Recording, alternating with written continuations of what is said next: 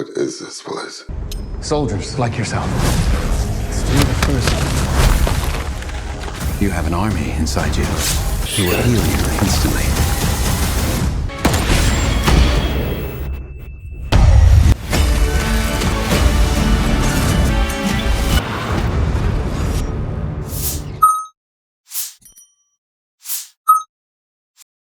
Movie opens in a Kenya where Ray was a soldier stationed when he got word that a group of armed men had taken over a building. It turned out to be a tricky hostage situation. Ray knew it would be risky, but he wasn't about to back down. He stood at the front door while his squad stayed behind for cover. Then, all hell broke loose. The guys inside opened fire through the door. The commanding officer told Ray to hold off on going in, but instead of sticking to the plan, Ray pulled something wild.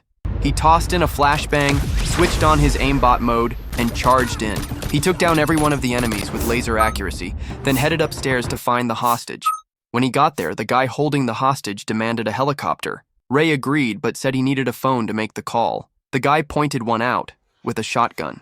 With the hostage momentarily safe, Ray made his move. He whipped out his Glock and handled business. With the hostage secure, Ray noticed something. He was hit. Dang. After the mission, Ray came home and couldn't wait to see his wife. He told his squad that she was what they were fighting for. Yep, his wife in particular. She was gorgeous, and they celebrated his return with a beautiful getaway. The next morning, Ray woke up alone and confused, relatable. He reached around the bed and found a note, went to get us breakfast. After freshening up, he heard something outside. Armed men broke in, spotting his reflection in the mirror. They rushed in, but Ray pulled a classic mirror switch trick. A chaotic fight broke out, badly edited and all over the place. One guy even punched Ray in the arm. It didn't do much. Ray stumbled out, looking for his wife, Gina. He bumped into a random dude, but then everything got fuzzy, and Ray collapsed. Turns out that random dude wasn't so innocent. He hovered over Ray with a needle. Ray woke up with no clue where he was. Hands tied behind his back, the room definitely not vegan-friendly. A man appeared in the back. It was him. Now dressed in a stylish outfit, he danced his way over and started questioning Ray about who told him about the hostages. Ray kept quiet, so the man upped the stakes. He brought out Ray's wife. Now Ray had more to say, but still nothing useful. He said he just follows orders. The man seemed convinced, and relief washed over Ray until, nope, rest in peace. Ray was furious. Then he also died, until he didn't. Ray woke up in a high-tech lab, blinking at the over-the-top lighting design. He spotted a woman, her chest notably distracting. Once he was fully awake, he met Dr. Emil Harding, whose assistant was the woman from before, KT. The doc broke the news. Ray had died, but they brought him back, for more suffering in the land of the living. Ray didn't buy it, but when asked his name, he had no clue. Harding gave Ray a tour of the facility. They build military-grade robotic gear, bionic limbs, exosuits. He showed Ray a lab that looked like it came straight out of a sci-fi flick. Harding said Ray was their top creation yet. Then he slashed Ray's hand with a cable, just to show off the nanotech in his blood. Not gonna lie, it was looking bad at first, but Ray watched as the nanites swarmed like tiny bugs, fixing the cut instantly. Not even a scar left, but it still hurt. Harding told him to forget the past and imagine the future. He'd lost his arm to cancer, along with his tennis career, so he made robotic arms instead. And honestly, way cooler. Right after Dr. Harding takes Ray to meet the other enhanced soldiers, Ray realizes they're just as strange as he is. One has bionic eyes on his chest, another has robotic legs that let him run like lightning, and of course there's KT, who breathes through a vent in her chest.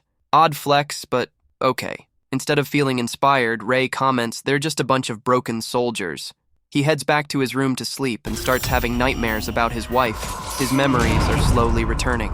Ray wakes up and decides to take his frustration out on something. He hits the gym, but instead of working a bag, he punches straight through it. He's impressed with his strength, then quickly realizes you can't really use that in a boxing ring unless you're trying to kill someone. So he turns to a concrete column and uses that instead.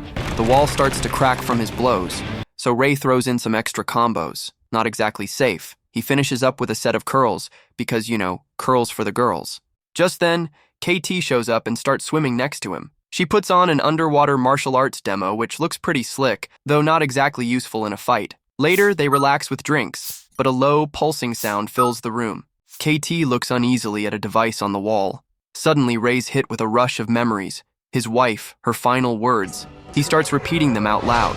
When he finally snaps out of it, he knows what he has to do: break out of the facility and get revenge on Martin Axe, the man who took his wife.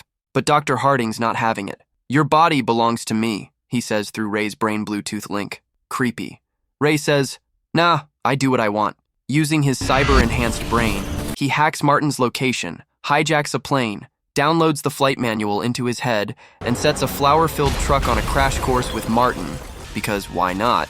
It looks awesome. The truck hits. Ray comes out shooting at Martin's car. The bulletproof glass holds, but Ray isn't giving up. He gets shot down, but before collapsing, he sneaks a thermite canister into the car's engine. It melts through and disables it. Ray recovers thanks to nanobots and goes full beast mode on Martin's crew. He twists one guy's arms backward, so brutal even Martin's shocked. Meanwhile, Martin calls his partner. They were ready for this, but still underestimated the power of family. Epic slow-mo action breaks out. Everyone fighting, everyone covered in flour. Once the goons are handled, Ray focuses on Martin. He pulls the pin on Martin's grenade and slams him against the window. Boom! Glass gone. Martin shoots Ray in the face, but Ray tanks it like a champ. Martin begs for mercy. "I can help you. This is a mistake." Ray's too far gone. He finishes the job. Later, Ray gets picked up by his squad. He tells KT, "It's done." Strangely, KT says, "I'm done too." Ray asks, "With what?" Then, boom. Cut to the lab. Ray tries to move, but his body's locked. Jimmy steps in and delivers a big ol' exposition dump. Turns out he hates babysitting Ray, but this is his favorite. He leans in and tells Ray, Gina's still alive. Ray can't talk, but his eyes say it all. Jimmy breaks it down. Ray's memories are fake, and they've been using his fake revenge story to send him after their real targets. Ray's basically a killer wind-up toy. As Ray's mind is wiped, we switch to Dr. Harding. He calls out KT for going off script when she said she was done too. If she leaves the facility, her breathing gets cut off. It's the deal she agreed to, but she wishes Ray had a choice. KT's dismissed, and we learn the people Ray's being sent to kill are actually former employees. Now Dr. Harding wants to make sure he's the only one who knows how to make nanites before they hit the market. Stonks. Replays of his simulations show everything's the same with a few small tweaks, and this time, the new target is Nick Barris. Ray runs through the same process again, and once more he escapes to eliminate the target. Harding and crew keep up the act, playing along with their lines, but Jimmy's clearly tired of repeating the same routine. Ray heads to Nick's heavily guarded compound and fakes being dead, so they let him right in. Inside, Nick talks with his tech guy, Wiggins, who has a device that could change everything. But Nick's not exactly employer of the year.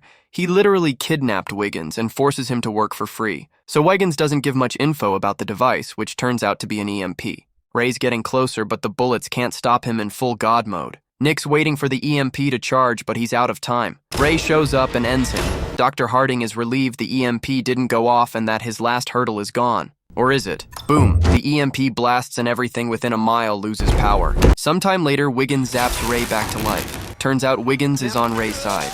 As Ray comes to, he remembers all the different fake memories of his wife dying and finally realizes Harding's the real enemy. He gives Wiggins a sample of the nanites to reverse engineer. Then he hops into an old-school car that can't be tracked. Step 1. Find his wife. He does. Their reunion is warm, but it's bittersweet. Gina's moved on. She has a new life, a new family. She hasn't heard from Ray in 5 years. It hits Ray like a truck. He leaves, heartbroken. Driving through the city, out of nowhere, an armored vehicle slams into him. So much for avoiding trackers. His super soldier friends have now turned against him, though to be fair, Jimmy was always kind of a tool. Longlegs Jimmy races in, while iGuy sends in drones for a top-down view. Jimmy catches up and hits Ray with anti-nanite bullets, shrinking Ray's jacked arm into spaghetti. Ray fights back, grabs a gun, ducks behind a police car, and opens fire. He puts up a good fight, but his flank's exposed. He gets stabbed from behind, though it's not a knife. It's a Wi-Fi dongle. Harding reconnects to Ray and shuts him down. Back in the lab, KT's ordered to take out Wiggins, but she resists. So Harding punishes her by cutting off her air supply. With no choice, KT complies. She heads to Wiggins' spot and knocks him out with knockout gas. Then she proceeds to beat down a bunch of grown men, because equality.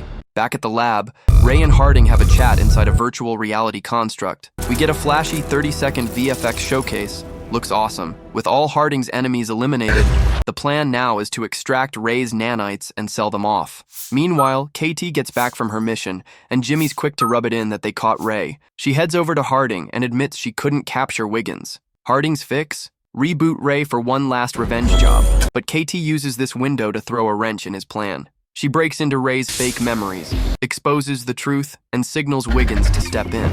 That's right, she kept everything to herself. Wiggins goes head-to-head with the other IT guy in a wild digital fight and comes out on top. Now free, Ray sets his sights on Harding, but Jimmy and Tibbs aren't going to let him through that easily. They suit up in their new gear, and we get a nerve-wracking brawl inside an elevator.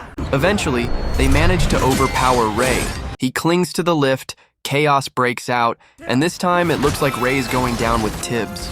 Jimmy slides in using his bionic arms and damages the cables. Tibbs begs him to stop, but Jimmy only wants Ray taken out. Sadly, Tibbs falls. Gravity wins. Then Ray does the impossible, launches himself mid-air at Jimmy, and both go into freefall. While falling, Ray overclocks his nanites, losing his normal tone and gaining RGB chest lights. Powered up, he turbo punches Jimmy, rest in peace. Ray's vitals spike off the charts, and Wiggins begs him to get to safety. But Ray's not done yet. Through the smoke and debris, he sees Harding trying to flee. Harding warns him. He's the only one who knows how to run the nanites, and Ray can't survive without him. But Ray keeps walking. Harding fires a grenade. It blows, scattering Ray's nanites. His battery's low, and Harding preps another shot. He fires, but this time, Ray's nanites break the round apart mid-air. Problem is, he's completely drained now. Harding thinks it's over, until Ray reveals he's holding the explosive. He drops it perfectly. Days later, Ray wakes up next to Wiggins, fully healed with all his memories. They brought him back again using nanites and gave him bonus stamina this round. With the main mission complete and at max level, Ray and the crew ride off into the sunset, ready for the side quests.